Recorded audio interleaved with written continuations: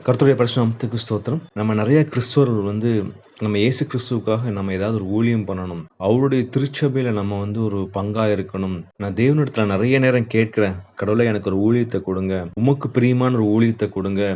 நான் உமது திருச்சபைய கட்டுறக்கு நான் ஒரு அங்கமா இருக்கேன். ஒரு பார்ட்டா இருக்கேன். எனக்கு ஹெல்ப் பண்ணுங்க. அந்த ஊழியத்தின் வரத்தை குடுங்க. நம்ம நெறைய நேரம் கேட்டது உண்டுல்ல. ஆனா அந்த பிரேயர்ஸ்க்கெல்லாம் நெறைய நேரம் நமக்கு ஆன்சர்ஸ் கிடைக்கவே இல்ல.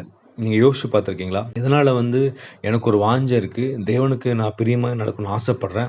ஆனாலும் ஏன் இயேசு கிறிஸ்து எனக்கு ஒரு ஊழியத்த குடுக்க மாட்டேங்கிறாருன்னு நம்ம யோசிச்சது உண்டா? எதனால தேவன் எனக்கு அந்த ஊழியத்த குடுக்க மாட்டேங்கிறார்? நமக்கு ஒரு நல்ல வசனம் இருக்கு. அதாவது நீங்க எபேசியர் 2ல நீங்க வாசிச்சு பார்த்தீங்கன்னா, 2:19ல பார்த்தீங்கன்னா, "ஆகையால் நீங்கள் இனி அந்நியரும் பரதேசிகளுமா இராமல், பரிசுத்தவான்களோடே ஒரே நகரத்தாரும் தேவனுடைய வீட்டாருமாய் இருந்து."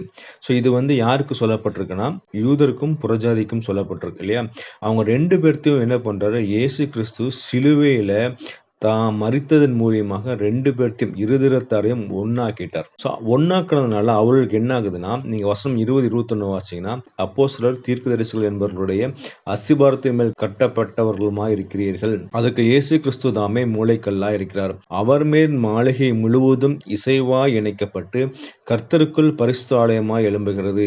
அவர் மேல் நீங்களும் ஆவியினாலே தேவனுடைய வாசஸ்தலத்தில் கூட்டி கட்டப்பட்டிருக்கிறீர்கள். நம்ம இருதிறத்தாரையும் என்ன பண்றாரு இயேசு கிறிஸ்து, ஒரே ஆவியினாலே பிதாவினிடத்தில் சேரும் ஸ்லாக்கியத்தை அவர் மூலியமாய் பெற்றிருக்கிறோம். So, அதனால நம்ம ஒவ்வொருத்தரும் இயேசு கிறிஸ்துவோடைய சபையில ஒரு அங்கம் தான்.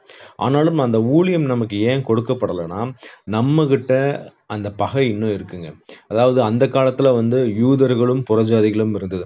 ஆனா இந்த காலத்துல நம்முடைய திருச்சபையில யோசிச்சு பார்ப்போம். நமக்கு என்னென்ன பகைகள் இருக்கு.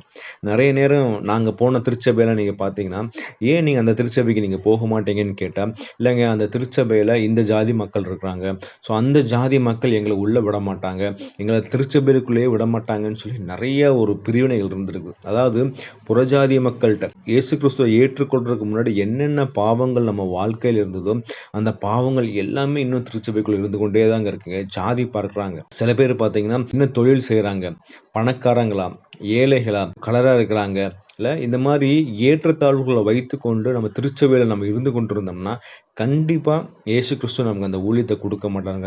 நம்ம என்னதான் நீங்க வாஞ்சையா இருந்தாலும் சரி, எவ்வளோ நீங்க வாஞ்சையா இருந்து நீங்க ப்ரே பண்ணாலும், நீங்க இயேசு கிறிஸ்துவினுடைய திருச்சபைய நீங்க 2ஆ பிரிக்கணும்னு நெனச்சீங்கன்னா, கண்டிப்பா இயேசு கிறிஸ்து எந்த ஊழியத்தையுமே கொடுக்க மாட்டார்.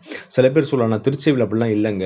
நான் பெர்ஃபெக்ட்டா இருக்கிறேன். எல்லாத்தையும் நான் ஒரே மாரி தான் பார்க்கிறேன். இயேசு கிறிஸ்துவ பார்க்கிற வண்ணமாய் தான் 2 தரத்தாரையும் நான் பார்க்கிறேன். ஆனாலும் எனக்கு ஊழியம் குடுக்கலன்னு நீங்க நெனைக்கலாம்."